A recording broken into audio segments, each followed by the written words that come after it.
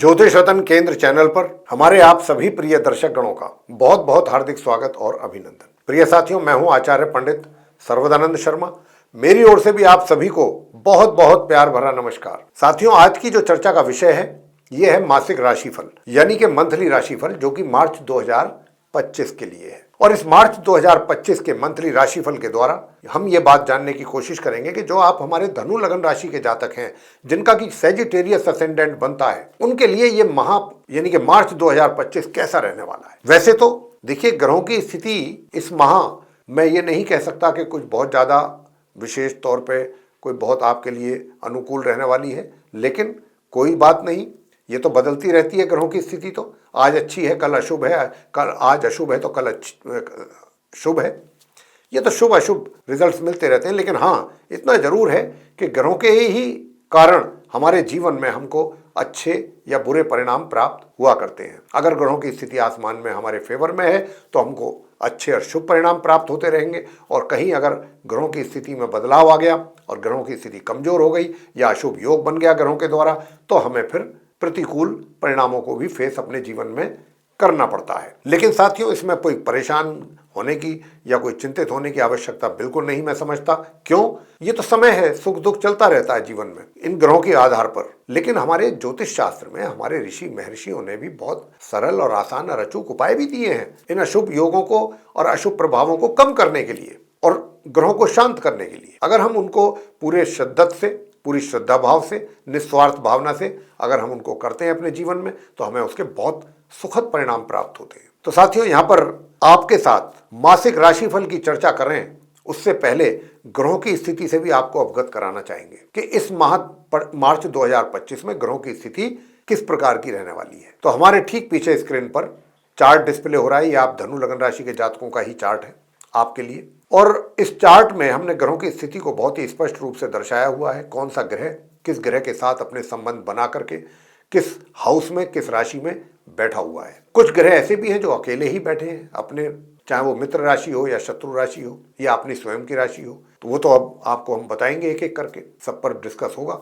और ये सारी स्थिति जो है, इसी के बीच कुछ ग्रह ऐसे भी होंगे जो अपना राशि परिवर्तन करेंगे इस माह। और साथियों, जैसा कि हम अक्सर इस बात को बताते हैं जब भी मंथली राशिफल की या एनुअल राशिफल की चर्चा करते हैं, कि जब भी कोई ग्रह अपना राशि का परिवर्तन करता है, एक राशि से निकल करके दूसरी राशि में जाता है, एक घर से निकल करके दूसरे घर में जाता है, उसके रिजल्ट्स भी उसके अकॉर्डिंग चेंज हो जाते हैं, बदल जाते हैं। तो हमको जब भी कोई ग्रह अपना राशि परिवर्तन करता है तो उस पर हमें अपना पूरा फोकस रखना चाहिए, पूरा नज़र बना के रखनी चाहिए कि अब ये ग्रह राशि परिवर्तन कर रहा है और जब तक ये अगली राशि में रहेगा ये हमारे लिए किस प्रकार के रिजल्ट्स देगा।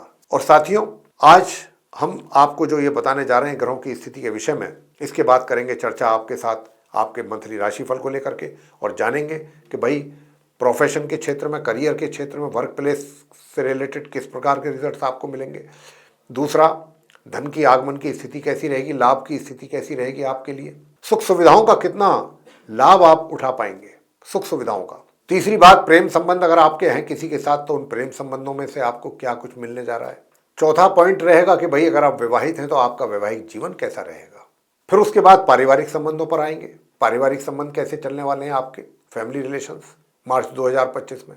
उसके बाद बात करेंगे शिक्षा को लेके, एजुकेशन, यानी कि अगर आप नॉर्मल एजुकेशन लेने वाले स्टूडेंट्स हों या फिर हायर स्टडीज़ वाले, आपके लिए ये महीना पढ़ाई को लेकर के, पढ़ाई से संबंधित रिजल्ट्स को लेकर कैसा रहने वाला है ग्रहों की स्थिति के आधार पर। अब आगे बात करेंगे इसके कि संतान के द्वारा माता पिता को किस प्रकार के परिणामों की प्राप्ति के योग बनेंगे इस माह। और अंत में बात करेंगे आपके स्वास्थ्य के विषय में, स्वास्थ्य कैसा रहेगा। और फिर बिल्कुल अंत में जब ये सारी बात आपके साथ कर चुकेंगे, फिर आपको देंगे वो सरल, आसान, अचूक उपाय जिनकी बात हम अभी आपसे कर रहे थे। उन उपायों को यदि आप करते हैं पूरे माह, पूरी श्रद्धा भाव से, निस्वार्थ भावना से, शिद्दत से, निश्चित रूप से आपको लाभ मिलेगा उन उपायों को करके। तो आइए साथियों, सबसे पहले चर्चा को आगे बढ़ाते हुए चार्ट के अनुसार बात करेंगे। जहां पर 11 नंबर लिखा हुआ है, ये थर्ड हाउस है, और सूर्य और शनि यहाँ पर बैठे हुए हैं इस थर्ड हाउस में। और 11 का मतलब होता है कुंभ राशि। कुंभ राशि का जो लॉर्ड है वो शनिदेव है, और शनिदेव सूर्य के साथ बैठे। हालांकि ये सूर्य और शनि का जो आपसी रिलेशन है, रिश्ता है, ये पिता और पुत्र का है। सूर्य जो है वो पिता हैं, शनि पुत्र हैं, लेकिन इनके आपस में शत्रुता का व्यवहार है। और जब भी कोई दो शत्रु ग्रह किसी घर में बैठ जाते हैं, उस घर से रिलेटेड उस जातक को परेशानियों का ही सामना करवाते हैं।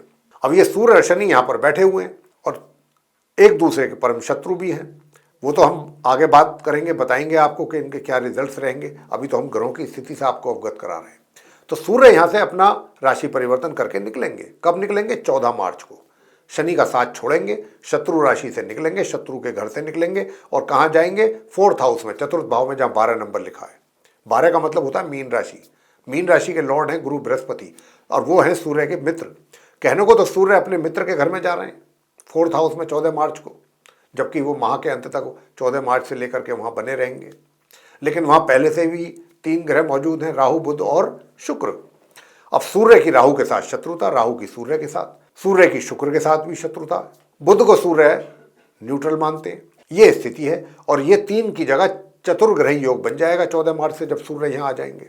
अब ये किस प्रकार के रिजल्ट्स आपको देंगे, ये भी एक चर्चा का विषय है, बात करेंगे जब इस पॉइंट पे आएंगे। तो ये सूर्य की स्थिति हमने बताई आपको। अब बात कर लेते हैं शनि की। शनि जो है, मैंने जैसा कहा कि सूर्य के साथ विराजमान है माह के आरंभ से, लेकिन ये मार्गी और अस्तवस्था में है, क्योंकि सूर्य का साथ मिला हुआ है। सूर्य के साथ जब भी कोई ग्रह आता है, उसके नजदीक आता है, वो अस्त हो जाता है, कंबस्ट हो जाता है, उसका अस्तित्व खत्म हो जाता है। और जब भी किसी ग्रह, अस्त ग्रह की दशा जीवन में आती है, वो जीवन में जातक को सिवाय कष्टों के और कुछ नहीं देती, तकलीफें ही उठाता है ऐसा जातक जिसके जीवन में अस्त ग्रह की महादशा या अंतरदशा या प्रत्यांतर दशा या सूक्ष्म दशा आती है। तो साथियों, शनि जो है, मैंने जैसा कहा कि माह के आरंभ से अपनी स्वयं की राशि कुंभ में 3rd हाउस में, तृतीय भाव में मार्गी और अस्तवस्था में रहेंगे। अब ये उदय कब होंगे? जाकर के 29 मार्च को, बिल्कुल महीने के लास्ट में जाकर के उदय होंगे। और जब उदय होंगे ये पूर्व में होंगे, और जिस दिन ये उदय होंगे उसी दिन ये अपना राशि परिवर्तन भी करेंगे। 29 मार्च को ये अपना स्वयं की राशि छोड़ेंगे, कुंभ राशि, वहां से निकलेंगे और ये भी अगले घर में प्रवेश करेंगे, चतुर्थ भाव में, मीन राशि में, जो इनकी समराशि है। वहां पर इनका प्रवेश होगा शनि का, मार्गी और उदित अवस्था में। अब शनि जो है ये राहु के मित्र हैं, शुक्र के मित्र हैं और बुध भी इनके सम है। तो ये स्थिति तो है, लेकिन सूर्य यहाँ पर जो आ रहे हैं वो राहु के साथ जो उनको मिल रहा है, तो इसी बीच में जब ये यहाँ रहेंगे तो सूर्य ग्रहण भी पड़ेगा। जी हाँ, तो ये हालात ऐसे रहते हैं जब सूर्य राहु का साथ होता है। तो ये शनि की भी स्थिति हमने आपको क्लियर कर दी। अब आपको बताएंगे कि राहु के विषय में। राहु जो है, जहाँ पर अभी आप उनको बैठा हुआ देख रहे हैं 4th हाउस में, 12 नंबर जहाँ लिखा है, मीन राशि, ये उनकी सम राशि है। पूरे महीने ये राशि परिवर्तन नहीं करेंगे, इसी घर में, इसी राशि में बने रहेंगे। आगे बुध के विषय में बात करेंगे। बुध भी यूं तो इसी राशि में, इसी घर में, इसी भाव में बने हुए हैं, बने रहेंगे, लेकिन ये इनकी अपनी नीच राशि है साथियों। जी हाँ, बुध जो है अपनी नीच राशि में बैठे हुए हैं, तो स्थिति बुध की अच्छी स्वयं की नहीं है, कमजोर है। ऊपर से 15 मार्च को ये उल्टी चाल चलना भी आरंभ कर देंगे और 17 मार्च को ये हो जाएंगे अस्त, बिल्कुल ही अस्तित्व खत्म। हालांकि जाकर के फिर ये 31 मार्च को पूर्व में उदय होंगे, बिल्कुल महीने की अंतिम तारीख को। तो बुध की स्थिति भी कोई बहुत अच्छी नहीं कही जा सकती। आगे बात करते हैं शुक्र की। शुक्र जहां पर अभी बैठे हैं राहु और बुध के साथ, 12 नंबर जहां लिखा है चतुर्थ भाव में। हालांकि शुक्र की ये उच्च राशि है, शुक्र अपनी उच्च राशि में बैठे हैं और बुध राहु के मित्र हैं, लेकिन यहाँ पर सूर्य भी होंगे साथ में 14 मार्च से, उनके परम शत्रु। तो ये भी कोई एक अशुभ योग तो बनना है, जैसे ही सूर्य यहाँ आएंगे, सूर्य शुक्र और सूर्य राहु के बीच में। तो साथियों, शुक्र जो है 2 मार्च से उल्टी चाल चलना आरंभ कर देंगे, 2 मार्च से, और 19 मार्च को ये अस्त भी हो जाएंगे पश्चिम में, और 25 मार्च को फिर ये पूर्व में उदय होंगे। तो कहीं ना कहीं शुक्र की स्थिति भी प्रभावित होती हुई दिख रही है किसी ना किसी रूप में।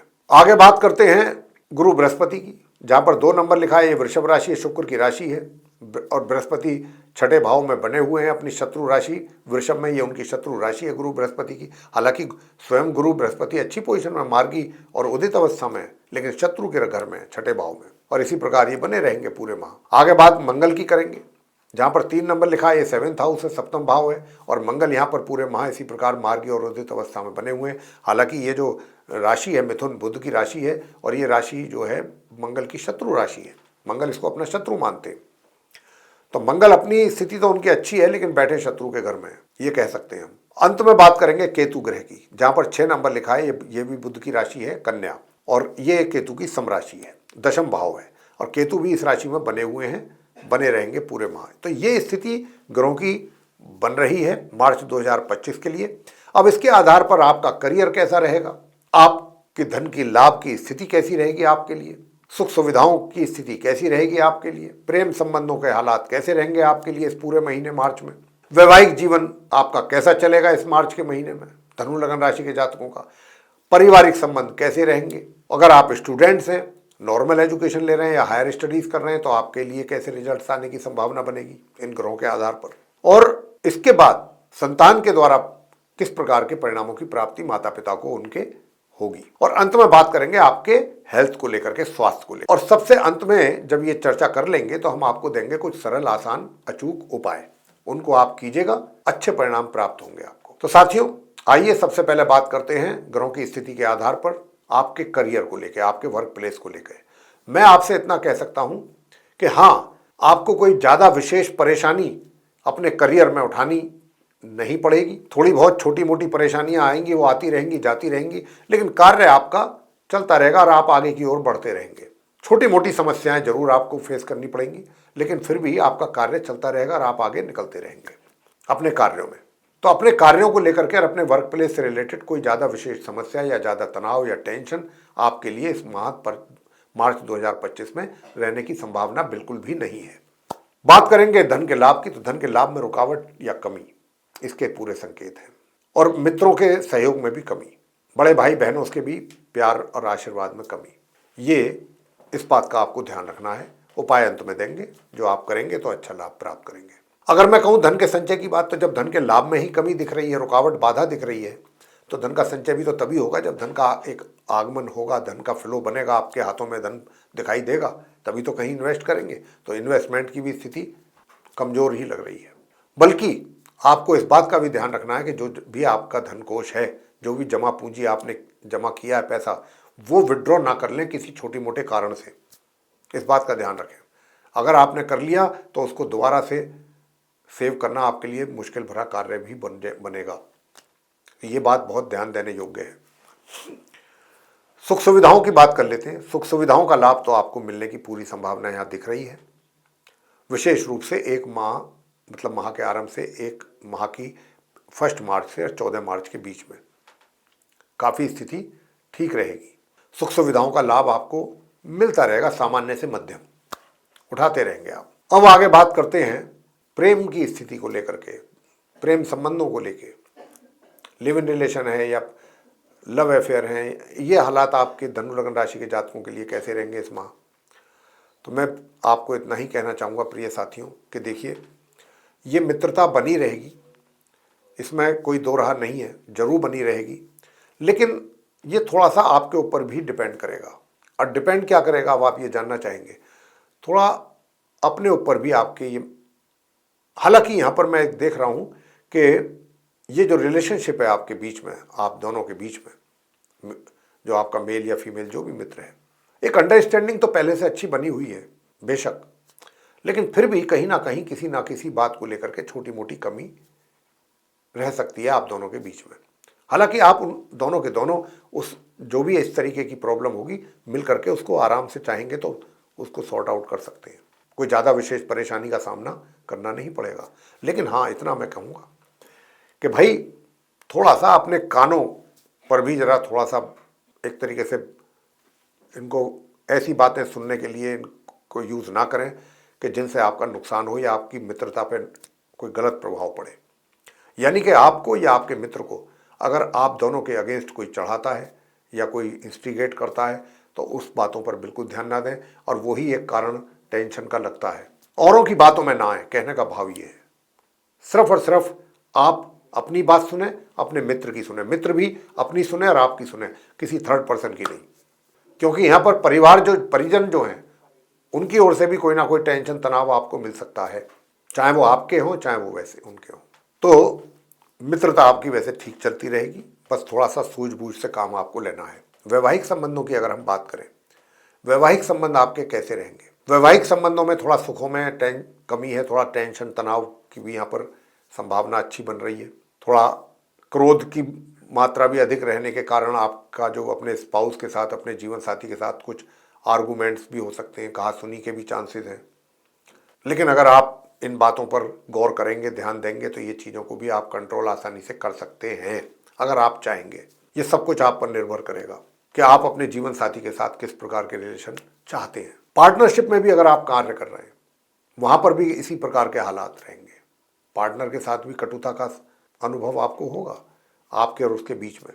और कहीं ना कहीं जो पार्टनरशिप में कार्य होते हैं वो भी कहीं ना कहीं आपको डिस्टर्ब करेंगे, परेशानियां आपको उठानी पड़ेंगी। पारिवारिक संबंध कैसे रहेंगे? तो साथियों, पारिवारिक संबंध की बात यह है कि जो आपकी फैमिली है, फैमिली के मेंबर्स हैं, उनकी तरफ से आपको इस बात का ध्यान रखना है, फैमिली मेंबर्स की तरफ से, कि अगर कोई भी ऐसी बात उनकी ओर से होती है जो कि आपको परेशान कर सकती है तो उसको सुनकर के अनसुना कर दीजिए। उस पर रिएक्ट करने की जरूरत नहीं है, आप वहां से अलग हट जाइए, अपने आप को रिमूव कर लीजिए। अगर आप चाहते हैं कि आपके उनके साथ रिलेशन बेहतर बने रहें या नॉर्मल बने रहें, बेहतर भी ना हो, नॉर्मल चलते रहें, तो उनकी बातों को आपको इग्नोर करना होगा। कोई भी ऐसी बात जिससे आप हर्ट हो सकते हो, अगर वो ऐसे और इसकी संभावना है कि उनकी ओर से कुछ इस प्रकार की प्रतिक्रिया आने की बात है, लेकिन आपको रिएक्ट नहीं करना है। बड़े बुजुर्गों का भी आपको नॉर्मली साथ मिलता रहेगा सामान्य रूप से। अब बात करेंगे शिक्षा की। देखिए, शिक्षा की बात ऐसी है, जो नॉर्मल एजुकेशन लेने वाले स्टूडेंट्स हैं उनको लिए बताना चाहेंगे कि आपको, अगर आप अपनी पढ़ाई पर पूरा फोकस करेंगे तो सामान्य परिणाम आपको मिलते रहेंगे। हायर स्टडीज करने वालों के साथ दिक्कतें भी हैं, परेशानियां भी हैं, लेकिन आप किसी ना किसी तरह से अपने लिए माह के आरंभ से माह के मध्य के बीच में अपने अनुकूल परिणामों की प्राप्ति, रिजल्ट्स की प्राप्ति कर पाएंगे। लेकिन माह के मध्य से और माह के अंत के बीच का जो ड्यूरेशन है, इसमें आपको अपने अनुकूल परिणामों की प्राप्ति करना थोड़ा मुश्किल भरा कार्य रहेगा। वहां पर आपको दिक्कतें अधिक आ सकती हैं, इसकी संभावना ज़्यादा है। संतान की ओर से भी बहुत ही सामान्य परिणामों की प्राप्ति माता पिता को हो पाएगी। बहुत अच्छे रिजल्ट्स प्राप्त हो संतान के द्वारा माता पिता को, उन्हें इस बात की अपेक्षा अपनी संतान से इस मार्च 2025 में नहीं करनी चाहिए। अंत में स्वास्थ्य में थोड़ी बहुत कमी तो आपको महसूस होती रहेगी समय समय पर, लेकिन अगर आपने अपना रूटीन फॉलो प्रॉपरली नहीं करते हैं, आप खान पीन का समय आपका कोई फिक्स नहीं रहता है, आराम का समय आपका फिक्स नहीं होता है, तो आपके लिए परेशानी बढ़ने की पूरी संभावना है। बाहर का स्ट्रीट फूड खाने से बचिएगा, हाइजीनिक फूड प्रेफर कीजिएगा, हल्का खाना खाइए। पेट से संबंधित परेशानियां आपको वरना घेर सकती हैं, इसकी बहुत अच्छी संभावना है। तो साथियों, ये तो मैंने आपसे अभी चर्चा की ग्रहों की स्थिति के आधार पर किस प्रकार के रिजल्ट्स आपको मिलेंगे अपने इस मार्च 2025 में धनु लग्न राशि के जातकों को। अब हम आते हैं उपायों पर। देखिए साथियों, अगर आप अपने वैवाहिक जीवन को सुखद देखना चाहते हैं, अच्छे परिणामों की, बेहतर परिणामों की आशा करते हैं, तो आपको यहाँ पर दो छोटे छोटे उपाय जरूर करने चाहिए। और वो उपाय है, एक तो ओम बू बुद्धाय नमः, या तो ये करें नित्य प्रतिदिन, और अगर नित्य प्रतिदिन ये मंत्र का जाप एक माला नहीं कर सकते तो प्रत्येक बुधवार गौ माता को पालक, हरा चारा, ऐसी चीजें खिलाएं, हरी, अपने हाथों से, चाहे थोड़ा सा ही खिलाएं, तो आपका परिवार, मतलब फैमिली, जो आपका मैरिड लाइफ है, इसमें इंप्रूवमेंट होगा। और इतना ही नहीं, आपको हनुमान चालीसा का पाठ भी नियमित रूप से करना पड़ेगा, तब आपका वैवाहिक संबंध अच्छी दिशा में चलेंगे। दूसरा, अगर आप इससे, जो मैंने अभी आपको ये जो उपाय बताया है कि आप प्रत्येक बुधवार या तो मंत्र का जाप करें एक माला नियमित बुध का, या फिर आप गौ माता को हरा चारा खिलाएं प्रत्येक बुध, इससे खाली वैवाहिक जीवन में ही अच्छे परिणाम प्राप्त नहीं होंगे, करियर में भी आपके काफी अच्छे रिजल्ट्स आपको प्राप्त होंगे, करियर में भी। और अगर आप चाहते हैं कि धन का आगमन आपके लिए बना रहे, तो इस मंत्र का नियमित रूप से जाप करें। ओम या देवी सर्वभूतेषु लक्ष्मी रूपेण संस्थिता नमस्तस्यै नमस्तस्यै नमस्तस्यै नमो नमः, एक माला, और वो भी इस फटिक की माला से। ये नहीं कर सकते हैं तो छोटा सा एक और मंत्र दे रहे हैं, ओम शू शुक्राय नमः। इस मंत्र का भी आप जाप एक माला इस फटिक की माला से, अगर शुक्र यंत्र आपके पूजा घर में स्थापित आपने किया है तो इसके बड़े अच्छे परिणाम सामने आएंगे। एक माला करना है आपको नियमित रूप से।